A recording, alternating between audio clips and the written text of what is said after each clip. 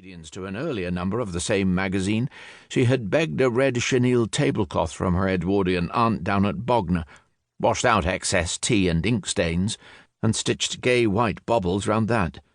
It was thrown carelessly over her shoulder at this minute, and it really was dreadfully hot.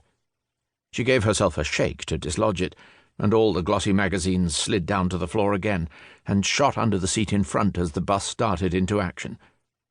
Mr. Cecil let go for a moment of his precious little red attaché case, and stooped to pick them up.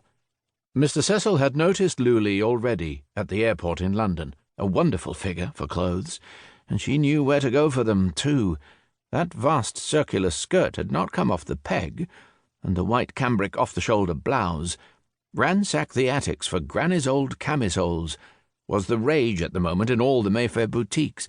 He couldn't think where she could have found the stolo, but that deep red was an inspiration with her colour of hair.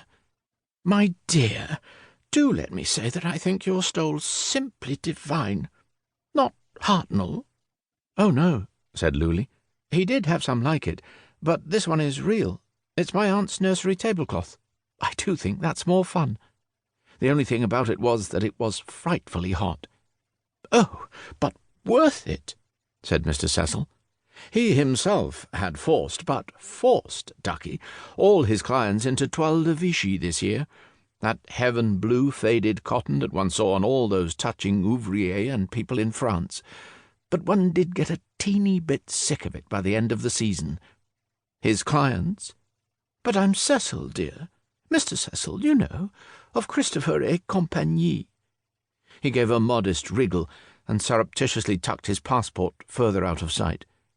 It really was too inconsiderate of one's passport to blazon one abroad.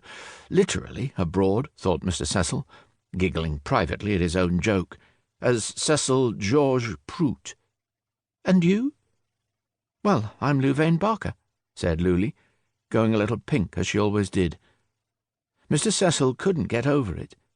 He had thought her— what had he thought her?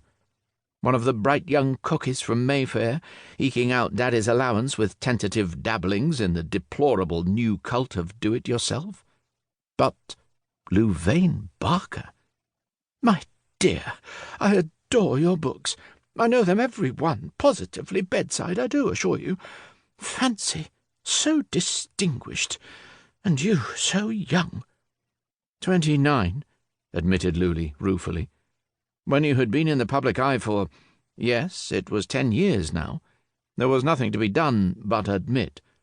Jolly nearly 30. Isn't it awful?" "Wait till you're actually 32, like poor me," said Mr. Cecil. Mr. Cecil had been in the public eye for 25 years, but he admitted nothing. He flung back a brassy forelock with a famous long white hand. "Too exciting for any words, my dear. Meeting the fabulous Barker in the flesh." He gave a tiny shudder.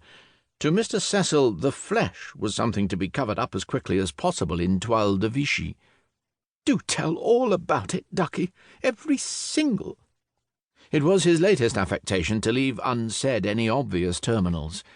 Catching on like wildfire it was, among the Mayfair cookies, and such good publicity for Christophe et Compagnie, at any rate as long as they still had the decency to add, as Mr. Cecil would say.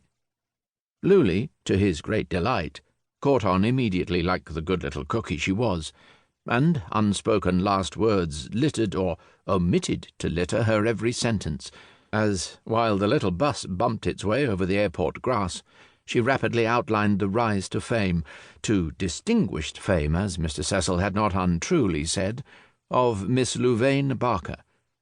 "My first book was when I was 19. My dear, you can't imagine what a little drear I was. My publishers often laugh over it now, the first time I went to see them and sat there." Mr. Cecil was beside himself with excitement. "But yes, I've heard Cannington tell about it. He dines out on it to this day. Mum as a mouse you sat, and they couldn't get a word out of you. They were in despair. Too Charlotte Bronte for any. My dear, I was petrified. Mouse! I was complete mouse. Mouse hair, mouse voice, mouse mind, and, goodness knows, mouse courage." But all that... To keep listening to this audiobook, I've left you a link in the description so you can do it, at no cost thanks to Audible's 30-day free trial.